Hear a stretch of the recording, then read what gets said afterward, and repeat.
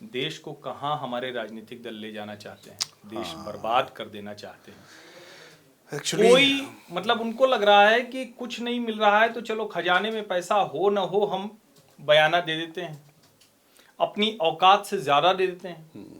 श्रीलंका को लेकर प्रधानमंत्री नरेंद्र मोदी ने कहा था कि अगर इसी तरह से फ्री बीज की पॉलिटिक्स पर हम चलते रहे तो श्रीलंका की तरफ जाएंगे। नरेंद्र मोदी आए तो उन्होंने कहा कि हम कृषि कर्ज माफी नहीं करेंगे, हम किसानों को ताकतवर बनाएंगे, शक्तिशाली बनाएंगे, उन्नत बनाएंगे। नरेंद्र मोदी ने कहा कि हम इस देश के इंफ्रास्ट्रक्चर पर खर्च करेंगे, हैंड होल्डिंग करेंगे, जो बहुत गरीब है उसको भी घर बना के देंगे, पैसा नहीं देंगे।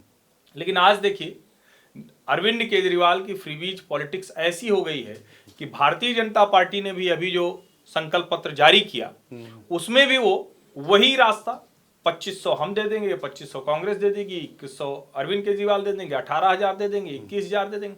ये हो क्या रहा है? तो देश की बर्बादी की कहानी लिख रहे हैं सारे राजनीतिक दल। दरअसल वो सब मिले हुए हैं जी, जो कहा था ना। हाँ, तो कम से कम घोषणा पत्र वाले मामले में सब मिल गए हैं। और मैं बताऊं कि किसी को कुछ मिलता है उससे हमें क्या आपत्ति हो सकती है, हमारे भाई बांधो सब हम ही लोग हैं और हम लोग भी कोई उससे अलग कड़ी में नहीं आ गए हैं। लेकिन यहाँ एक समस्या समझिए, जब आप किसी को छत देते हैं, जब किसी को आप स्वस्थ रहने का अधिकार देते हैं, जब आप किसी को शिक्षित करते हैं, तो ये सारी चीज़ें देश के विकास के लिए उस समाज को उन्नत करती हैं।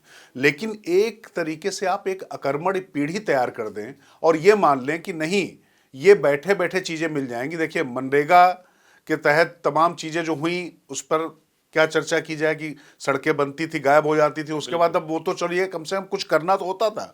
अब आज की तारीख में बैठे बैठे ये सारी चीज़ें, लेकिन इसमें सिर्फ अरविंद केजरीवाल क्यों हर्षवर्धन, ये शिवराज चौहान जो मामा जी हैं, लाडली बहन योजना तो उन्होंने शुरू की। देखिए सारे लोग इसमें शामिल हैं। हाँ। लेकिन चूंकि दिल्ली का चुनाव है और मैं ये कह रहा हूं कि जरा राजकिशोर हम लोगों को जरा जोर से बोलना चाहिए।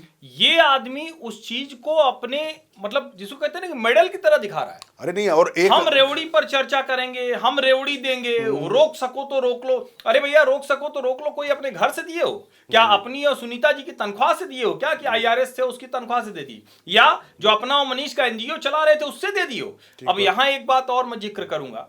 बताइए राजशाही लोकशाही होती है। अभी प्रयागराज का महाकुंभ चल रहा है तो एक लाइन उससे जोड़ देता हूं। सम्राट हर्षवर्धन आते थे प्रयागराज कुंभ में तो अपना सब कुछ दान करते थे, वस्त्र भी अपना दान कर देते थे। अपनी बहन राजश्री से वस्त्र लेकर पहन कर जाते थे और वो कहते थे कि हम सबका कल्याण करेंगे। यहाँ क्या है?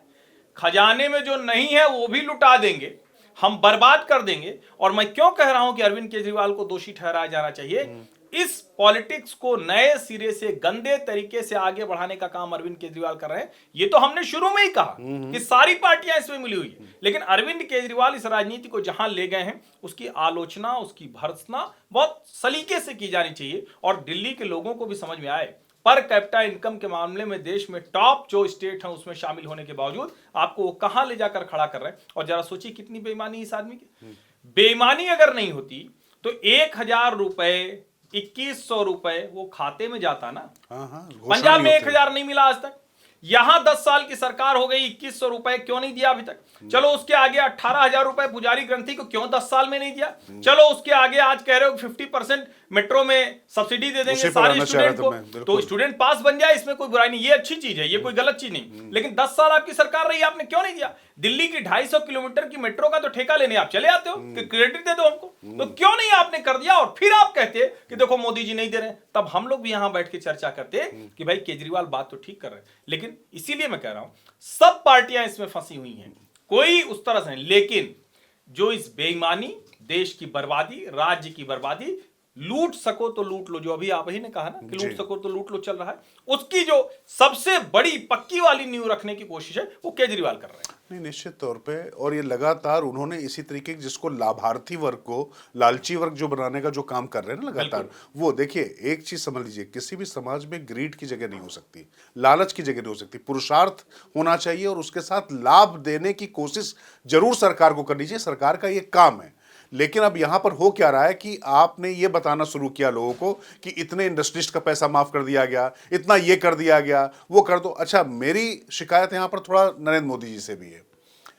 वो शख्स 2007 में, मैं उस नरेंद्र मोदी को जानता हूं जब वो गुजरात के मुख्यमंत्री थे। मुझे याद है कि उस समय पूरे देश में पंजाब और हरियाणा में किसानों के कर्ज माफ किए जा रहे थे। उस व्यक्ति ने उस समय जिन्होंने बिजली के बिल और पानी के बिल नहीं दिए थे, हथकड़ियां लगाई थी और लग रहा था कहीं ये हथकड़ियां गुजरात की मोदी सरकार की बेड़ियां ना बन जाए। बिल्कुल। लेकिन उसी सौराष्ट्र में, उसी कक्ष में लोगों तक पानी पहुंचाया और लोगों को जब सुविधा मिली तो नरेंद्र मोदी ने वो चमत्कार किया कि रण का इलाका पूरा बदल कर रख दिया। हर्षवर्धन, वो चमत्कार है जो चीजें हम लोग देखी हैं, किया। उसके साथ में लोगों की गिरफ्तारी हुई है, किसानों के हाथों में हथकड़ियां पड़ी हैं, लेकिन उसके बाद भी सौराष्ट्र से 16 ज्यादा सीटें वो जीत कर आए और सबको हतप्रभ कर रख दिया।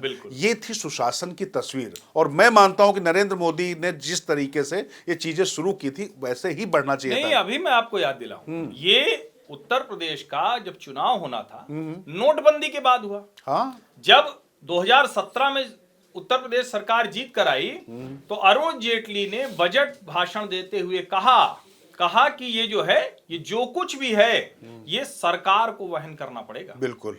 ये नहीं होगा कि हम नहीं देंगे, ये उत्तर प्रदेश की सरकार अगर कर्ज माफी कर रही तो वही वहन करे। और नरेंद्र मोदी की पॉलिसी में फ्रीबीज पॉलिटिक्स नहीं थी। वो ऐसा नहीं कि वो फ्रीबीज जैसी चीज नहीं। आप राशन कहेंगे तो राशन एफसीआई के गोदाम में पड़ा हुआ आपको एमएसपी पर किसानों से लेना ही लेना है।